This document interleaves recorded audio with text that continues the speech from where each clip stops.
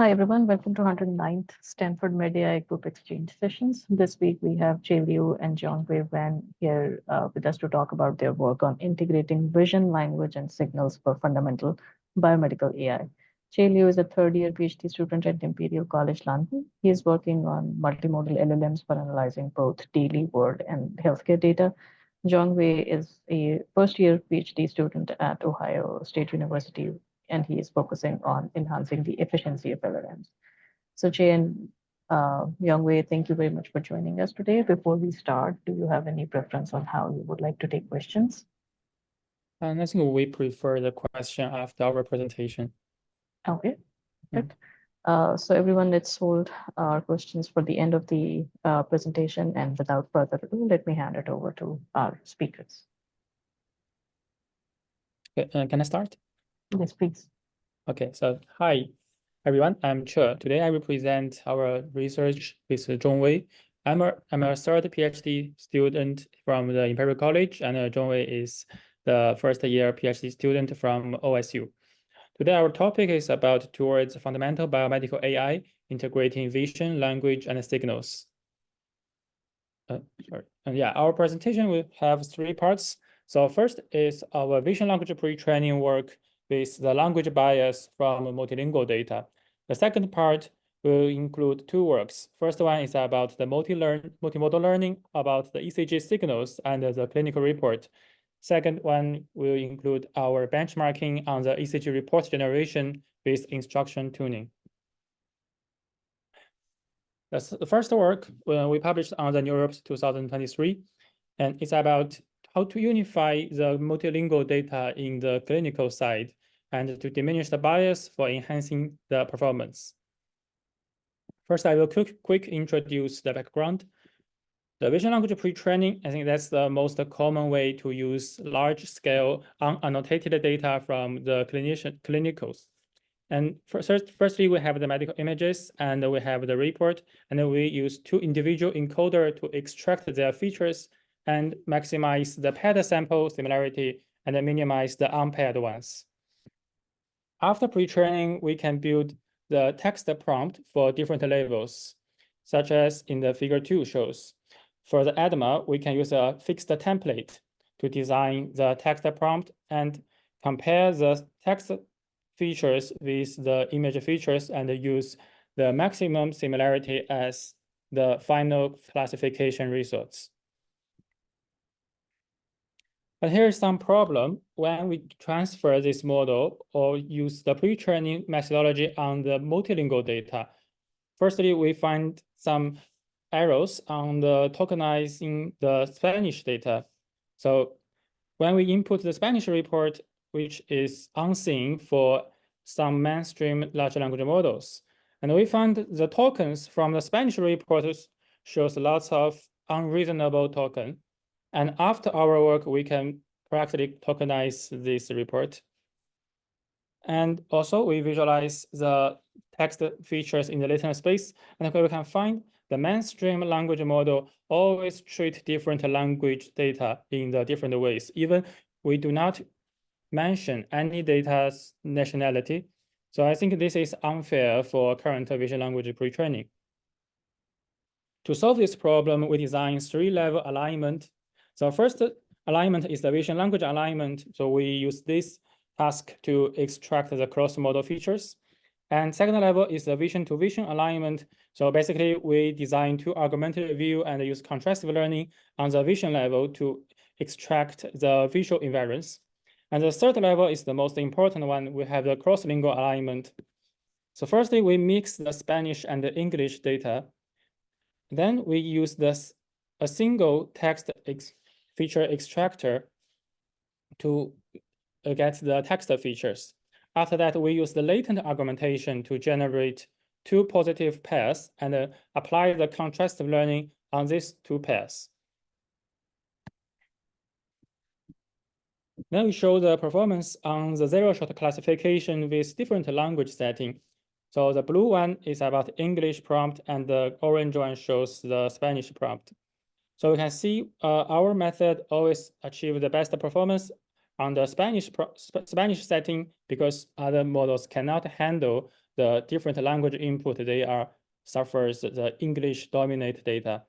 Now, even we transfer the task to the English setting, we still reach the best performance. So we think the cross-lingual alignment can improve the text invariance capability for the vision language pre-training, because the model can better just leave the language property and focus on the text semantics.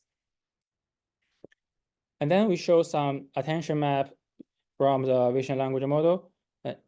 Even we change the language of the prompt, the vision model always focus on the similar regions. So that means our features is consistent even we change the language. Then we show some deep analysis. First, we visualize the text features in latent space before our method and after our method. So we can see before our pre-training, different language and text shows totally different clusters. So that means the model treats them in the unfair way.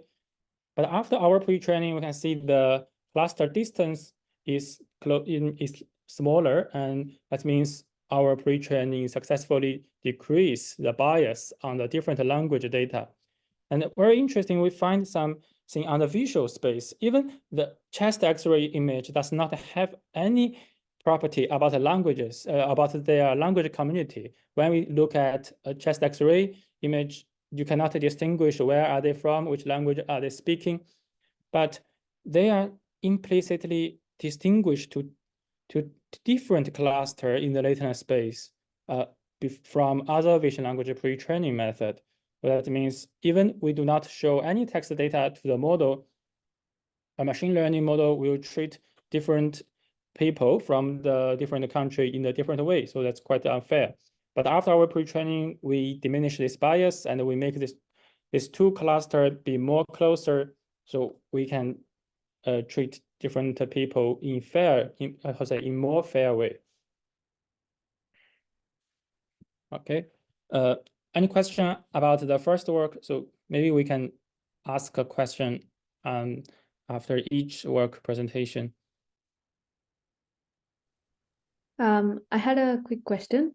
So if you get data from other languages, say apart from Spanish or English, would you repeat the same procedure to have like, say, 3 languages, like the last value you kind of align the different languages? Would you just do it for multiple languages, or how would you scale it up to different languages?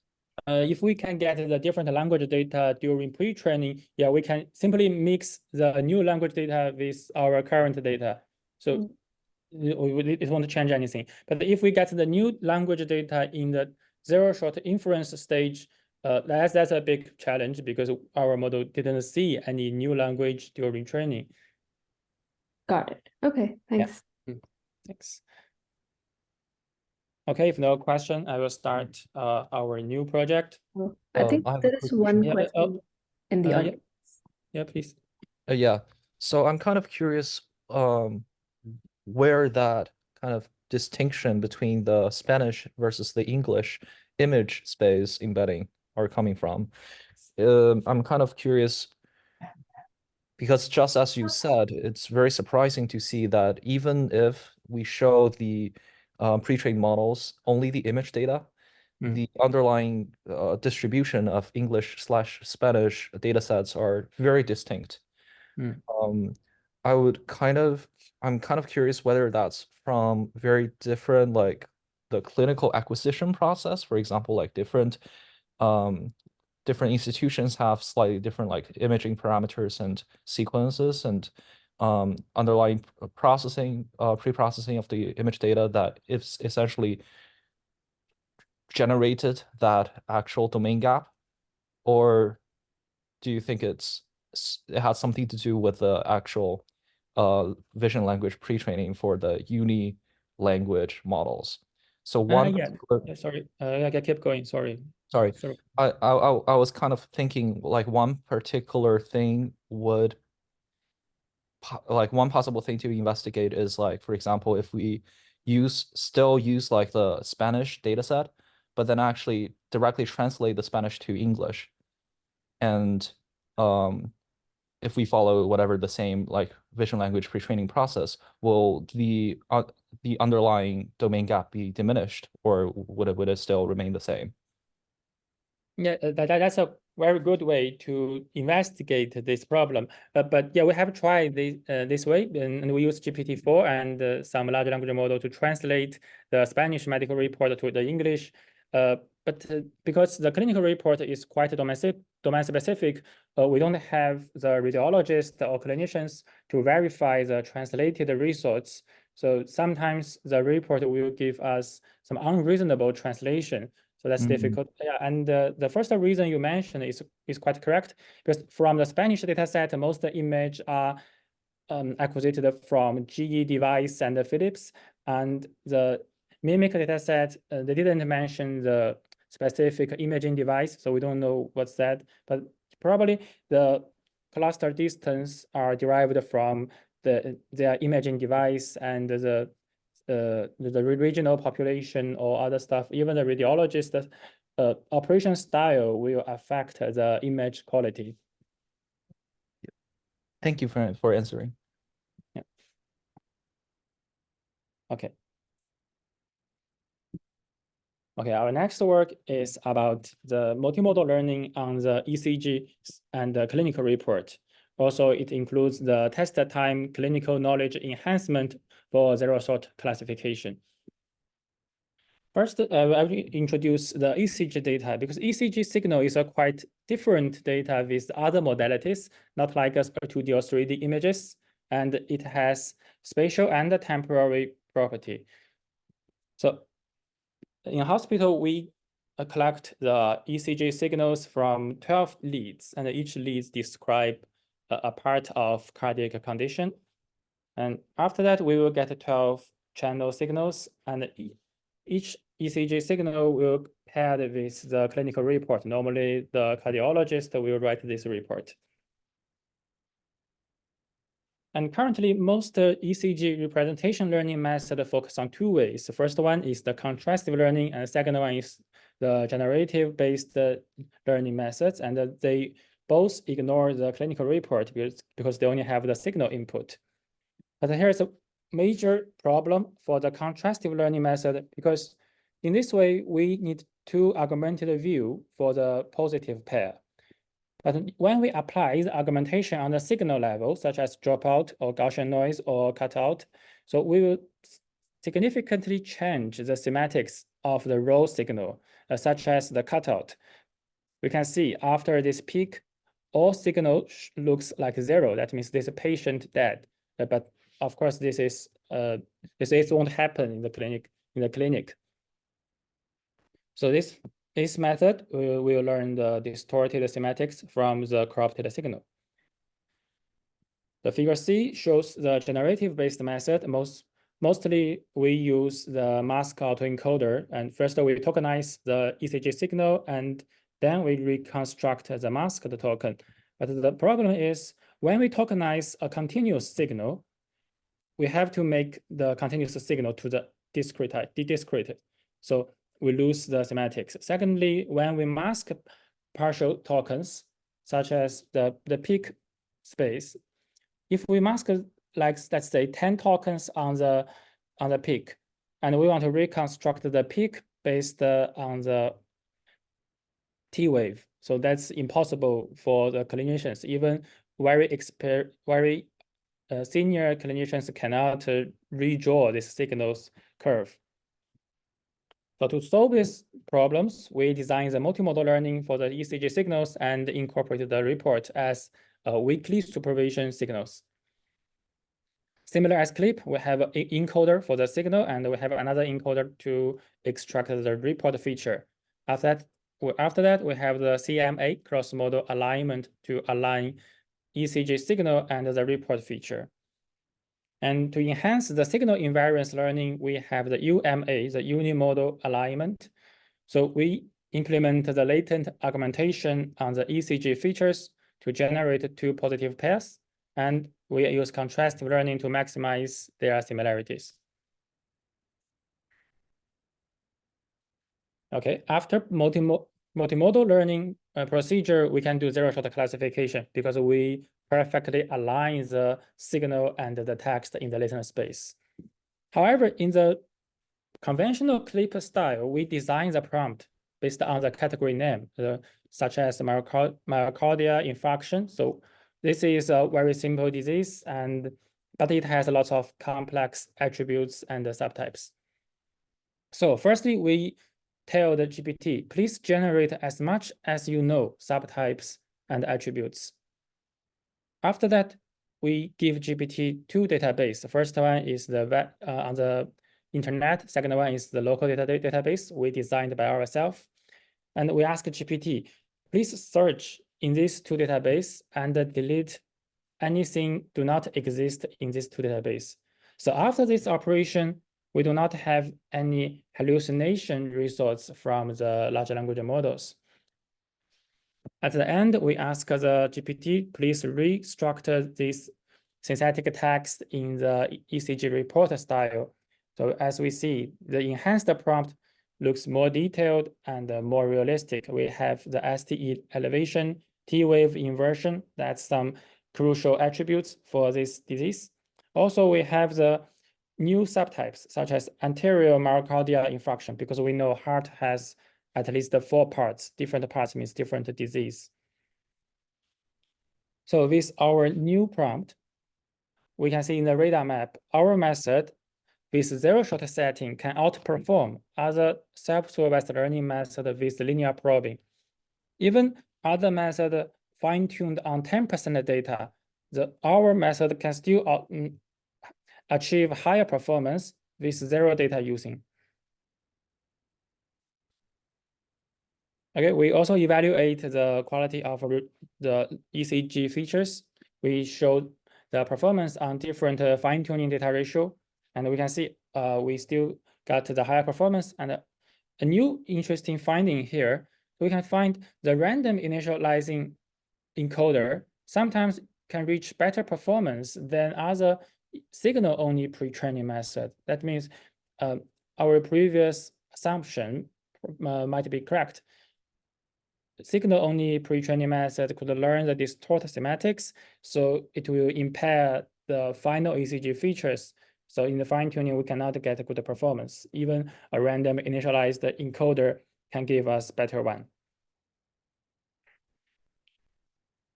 Also, we design a new task scenario. So we we fine-tune the pre-trained model on the source domain, and then we transfer it to the test, to a new test set from totally different data collection device or new hospitals or from a different continent. And after that, we can see no method can give us a robust transfer the result, because signal-only pre-training method cannot learn the robust features because they cropped the signal on the input level. But our multimodal learning do not need any fine-tuning data and has the best transferred results on all data sets except the CSN. And on the CSN, the ST-MEM shows the best performance, and we assume because the MEM method based on the transformer, and the transformer architecture has less inductive bias on the signals, not like other methods use the CNN based. Also, we ablate some important parts. First, we ablate our prompt engineering method. So when we remove our knowledge base, we only use the GPT-generated freestyle prompt. The performance drop a lot. It's almost 10%. But even under this setting, our method can still outperform the other method with fine-tuning. And when we remove all prompt engineering, we just use the vanilla category name, and we can see our method still outperform other method with partial data fine-tuning. So that's quite a surprise, because we do not need any handcraft prompt or some extra procedures, just transfer the pre-trained model to any data set so we can get higher performance than supervised learning. Also, we ablate the text encoder. We find the MedCPT can give us the best results because this text encoder do not use mask language modeling as pre-training task. They use the text retrieval as a pre-training task. That's quite different. And that means the text retrieval could give us better text features for the zero-shot classification. Also, we test the effect from different clinical database. We find the web-based database can give us better results because, of course, the web database has richer information and multiple experts verify their data. And our local database are built by ourselves, and we are not doctors, so we cannot make sure 100% correct. At the last, we apply the different argumentation on the signal level. So obviously, different argumentation on the signal level or decrease the performance, and only the latent argumentation can give us the satisfied results. At the end, we show some T-SNE visualization from 3 methods. The first one, the left one is our method, and middle one is from contrastive learning method, and the right one is from the MAE based. So we can see only the multimodal learning way can distinguish the ECG signals in the latent space and without any annotations, and other 2 methods failed under these settings because they learn some features from corrupted signals. That means they cannot distinguish anything. Okay, so the first 2 parts are finished, and I will give the screen to the Zhongwei. I think we have a question from the audience. Yeah, any questions? Yeah. Do you mind if I ask a couple questions? Okay. All right. So first question is what is being labeled here? Is it different like diseases? Yeah, there are different cardiac conditions. Oh, okay. Mm. Can you go back to one slide above? Yeah, again, like fabulous work, and I sincerely wish you get great ratings from the reviewers. One particular question that I have is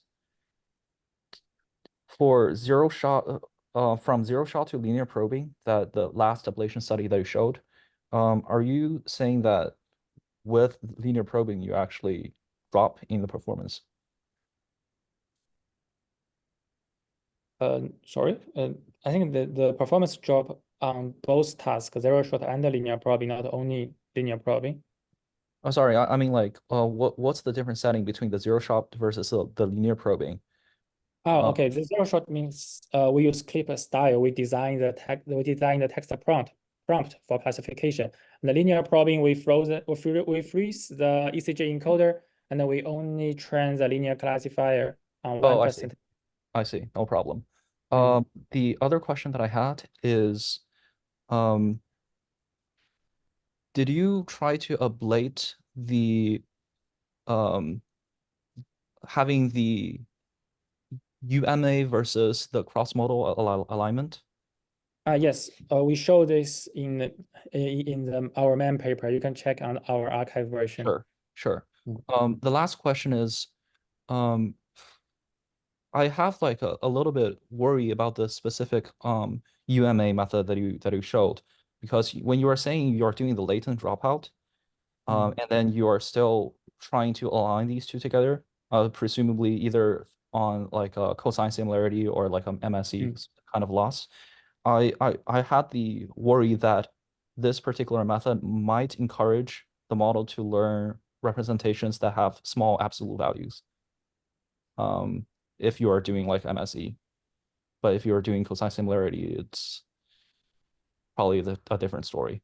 Yeah, it could happen, but based on our assumptions, the latent space always has some redundant dimension. So when we drop out, it won't considerably change the latent feature.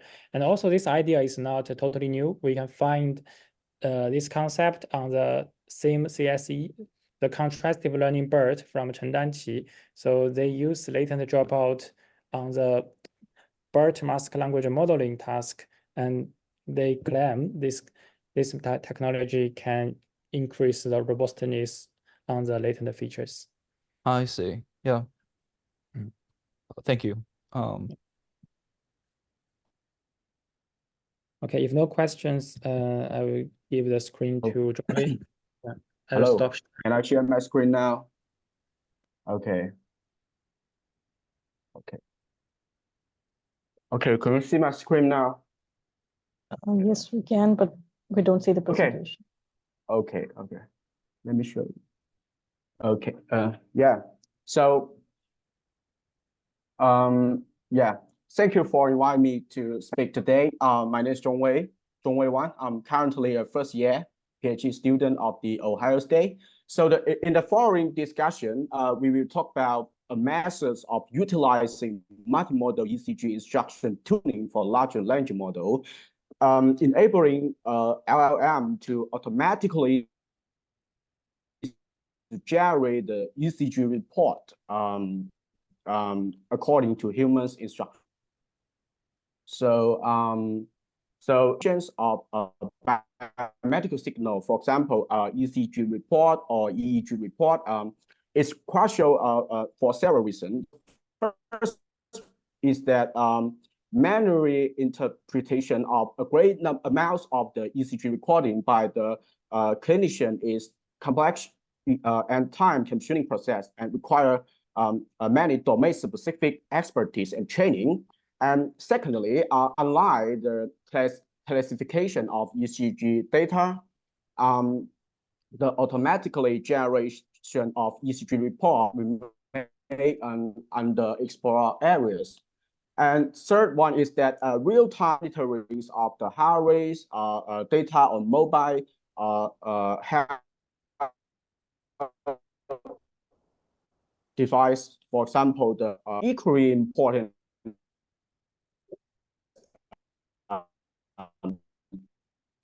clinical monitoring, like of large language model in handling diverse language tasks or multimodal simultaneously, we develop a specialized instruction tuning framework for ECG report generation. That's our motivation. So the entire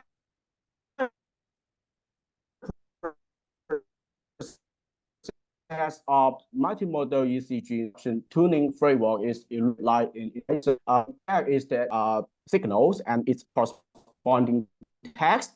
Our aim is to generate ECG report according to its instruction prompt during inference. So therefore, the first step of our framework is to construct ECG instruction data. For instance, the prompt might be, please help me generate a report based on the ECG signal. Since we cannot predict the exactly instruction prompt that the user will use, so it's crucial to ensure that our report generation model is robust enough to handling various prompts like this. To address this challenge, we use we first manually design some prompt sample, then we used a GPT API to generate a set of prompt by rephrasing. So following this, we randomly select one instruction prompt to generate to create the general instruct following template. Challenges is that how to interact the ECG signal feature with large language model, like the right part of the slides. So sorry, Zhongwei, I have one quick question. So are you reading the ECG as images or you are reading the ECG as 1D signal data? Yeah, signal data, temporal signal data. Okay. So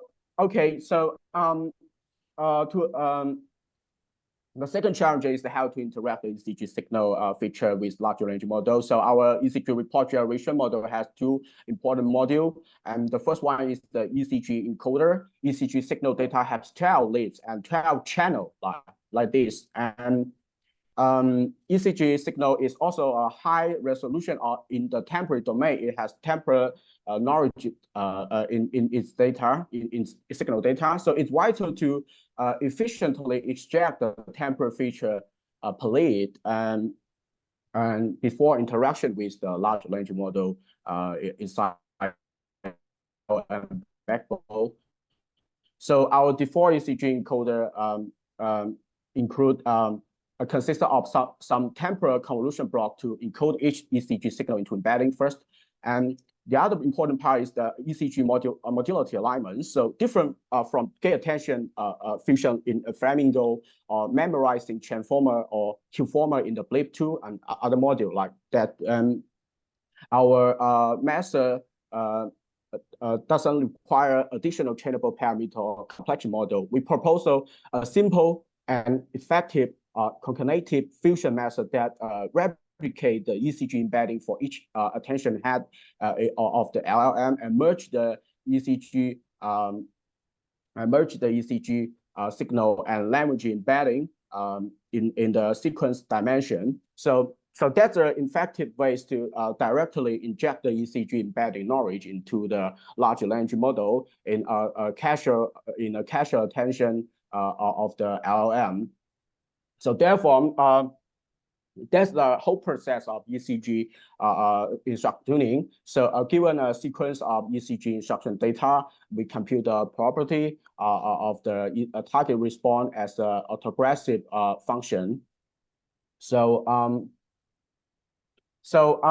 Yeah, to validate the performance of our framework, we empirize two different data sets to propose one ECG generation benchmark.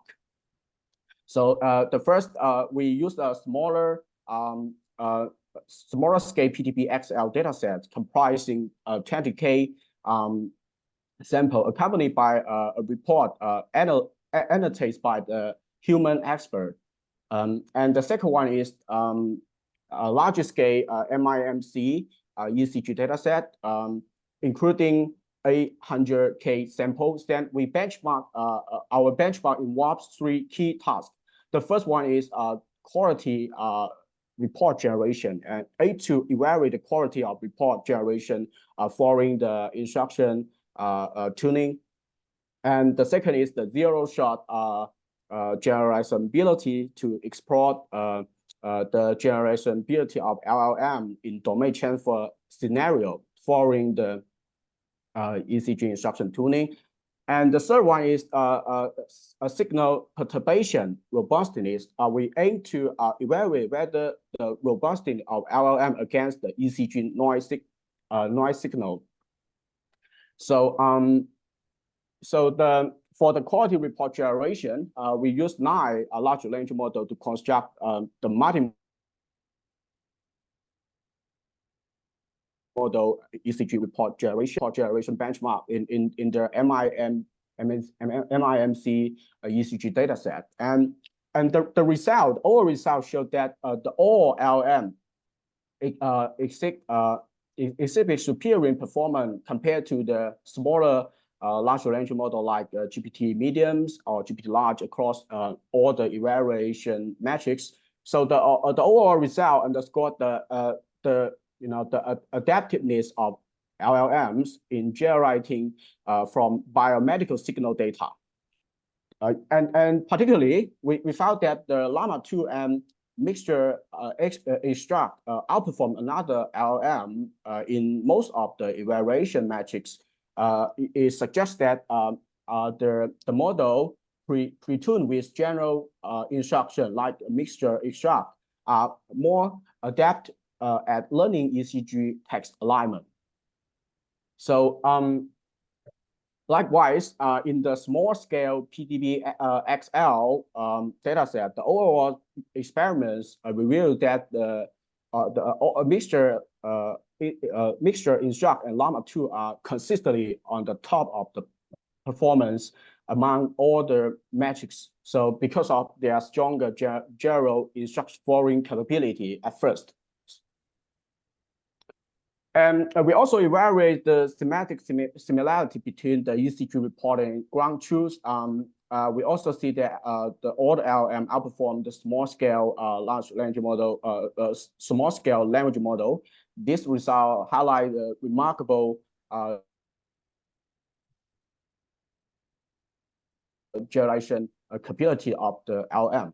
For the zero-shot generalizability, we present the evaluation of the zero-shot learning capability of various LLM, so which is trained on the MIMC ECG dataset first, and then test on the PTB XL test set verified by the human expert.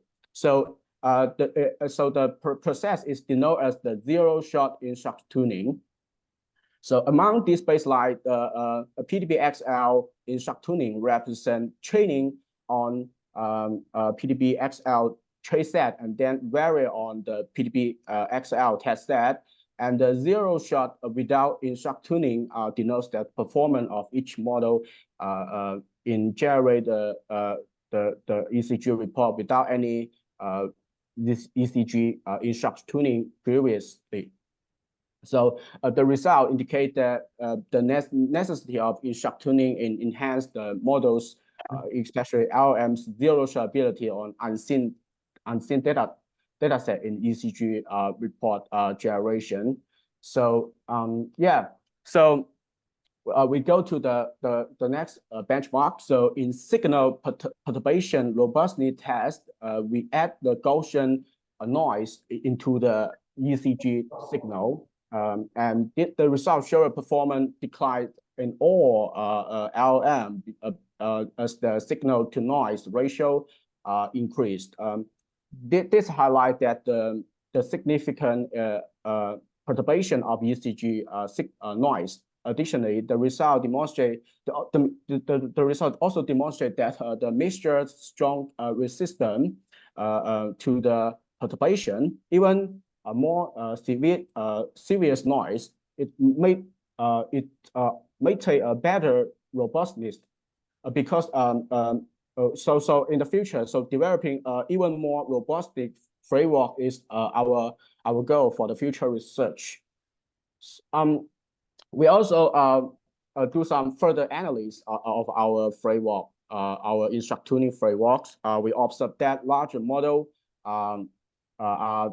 have more parameters can convert to a smaller loss, achieve a higher performance on the meteor metrics, suggest that a larger model may have the potential for better performance when you compare the Llama 2 with GPT-Neo. GPT-Neo is the 2 billion LLM, and Llama 2 is the 7 billion LLM.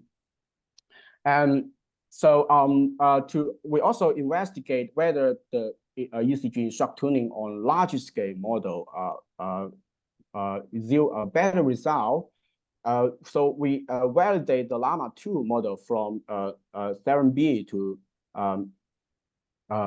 70 billions on both two data sets, MIMC ECG and PDB-XL. We found that the gain in performance associated with increasing model size are not very particularly significant, where some that enhancing both data scaling and model size concurrently is necessary to achieve a better performance on the ECG report generation task. So next, we also do an ablation study on ECG instruction tuning on the MIMC ECG dataset. The instruction tuning strategy are not outperform directed fine-tuning. This result demonstrate that compared with directed fine-tuning, the instruction tuning style are more effectively enhance the LLM's capability on unseen data and task. So finally, we also visualize the report sample generated by Llama 1 and Llama 2. This the sample present the blue form to highlight the key information, that align with the ground truth. And this underscored that the effectiveness of our proposal framework, which proved to be adaptable to a majority of open-source large language model like Llama 2 or mixture extract. So it can effectively learn the clinical semantics of the ECG signal, and thereby able to generate a corresponding report. So yeah, so that's the end of our presentation today. So if you have any question about this work, you can ask directly. Thank you very much, Zhongwei and Chetu. Okay. Before we open the floor for questions, let's give our speakers a virtual round of applause.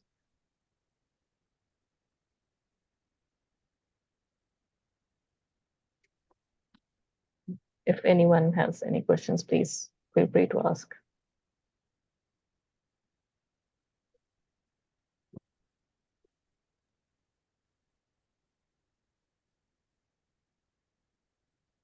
If not, then I can start with a small question, Zhongwei. I saw that you are evaluating this report generation task through precision recall. How do you do that? Like, I understand that you would use some measures like Blue Score or Meteor, but how does precision and recall comes on? You mean the record? Yeah, exactly. You mean the ECG recording like this? No, not this one. If you go Benchmark metrics, you mean metric, right? Yes, yes. I saw somewhere in one of your slides that you had precision and recall as evaluation matrices. Yes. You mean the metrics? You mean Yes. the preset? Yes, we use the metrics as like the imaging to text evaluation metrics. So so we have the same metric as like the imagine to report evaluation metrics. So they are the same, but you know, a ECG signal is totally different from the another medical imaging, right? But we use the same metrics to demonstrate that the good performance of our framework. So yeah, is that the answer you want? If you go a few slides back, maybe I can see what slide was that. Okay. Which slide want to go? Can you keep going back? Going back, right? Right? No, not here. Okay, maybe I think I might have Okay. misread something, so I can probably just get in touch with you later. I mean, Okay. we have the recording, so You can check our paper in the archive. Yeah. yeah, sure. Yeah, that would be nice. Yeah, that's a brand new research. So I have a quick question, Janway, that ECG report sometimes has also the numerical measurements. Did you evaluate the numerical measurements separately? What is the question? Sorry, I don't know. So sometimes in the ECG report, you see that they mention some numerical measurements, you know? So like ST elevation, R elevations, that is, and we know the language model has a limitation that they cannot generate the measurements accurately. Yes, so yeah, a language model has so if you don't have any, you know, ECG signal knowledge in the large language model, for example, you cannot just put an ECG signal into a GPT-4. I think GPT-4 I think cannot you understand. did you understand my question or no? Okay. So my question is that sometimes in the report, they have some numerical measurement. Like what ST elevation, R elevation, you know? That is a kind of like you can use the vision, right? You mean that we can use the signal or we can use the vision, just to split the ECG signal into different imagery, right? You mean that? No, don't worry. I will read the paper. I can answer this question. Yeah. Because I did more data curation on the original data set. Yeah, I can understand in the original ECG report, they have lots of numerical value from the ECG device. I think that's your question. Yeah. Yes. So firstly, we did some data cleaning. We remove the whole sentence if this sentence only describe the specific value, such as the voltage or the frequency. Yeah, similar as other chest X-ray report generation work. And secondly, the large language model cannot give us a very precise float number. Numbers, yeah.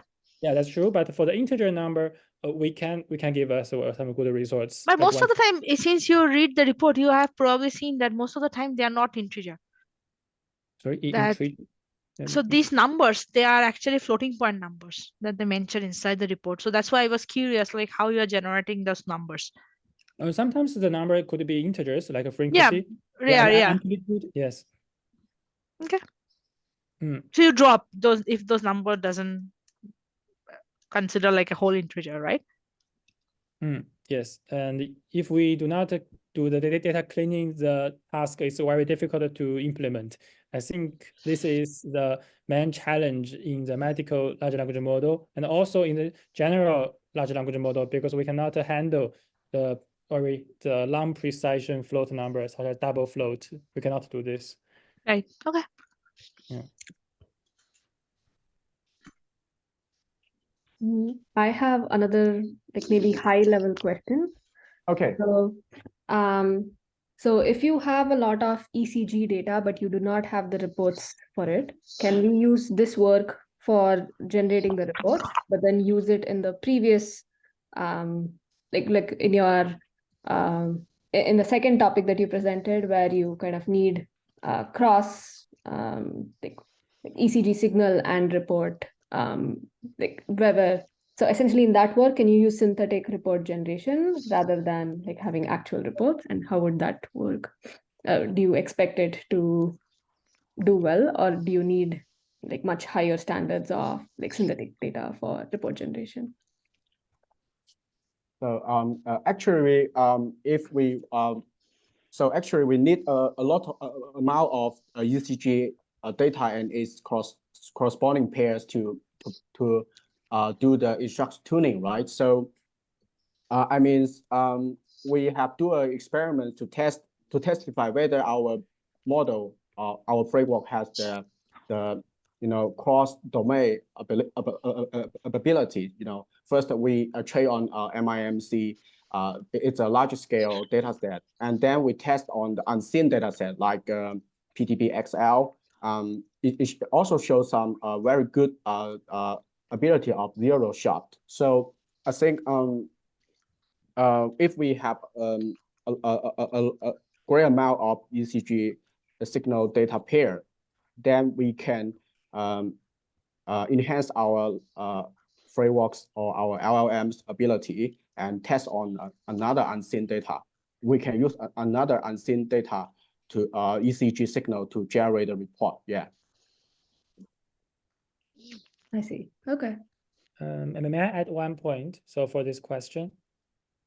Yeah, sure. Go for it. Yeah, because I think maybe I understand this question in a different way, because when you say when we have large scale ECG data without a report, so normally it's unreal in the clinical side, because basically lots of ECG machine, such as from GE and other company, they generate ECG signal paired with very short description.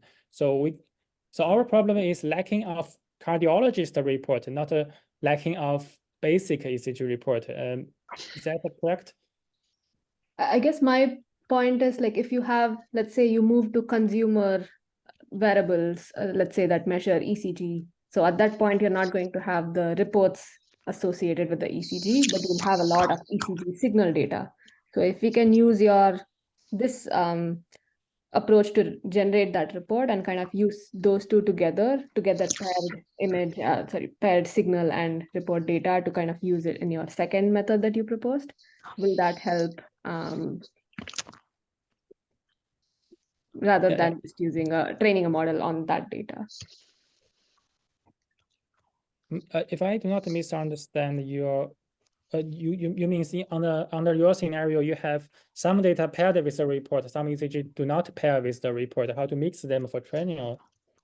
Yeah, so let's say I do not have any reports with my ECG data. You just have, so these are basically things that you wear on your, let's say your watches, or like maybe you have some other at-home ECG device that you're using. It might not even be 12 lead or anything. So it might be a different version. So those ECG data will not have a report associated with them because these are consumer electronics. Yes. So if we want to use some of these models to, let's say, predict atrial fibrillation from this. Can we use some of your methods? And if that's going to be, will that basically be enhanced if we can do synthetic report generation from that data? Yeah, of course we can. So firstly, we need a basic model to reconstruct the first lead signal to the 12th lead signal. Otherwise, it's very difficult to transfer our model to the single lead data. Another way is to retrain our model. So we can do the data filtering. So we extract the report only related to the first lead and retrain the model. So that could be transferable, but that's too brute force. I think the reconstruction-based method is better. I think on the ICML 2021, Apple already published one work about single lead reconstruct to the 12 leads. Cool. Okay. Thank you. Yeah. Okay.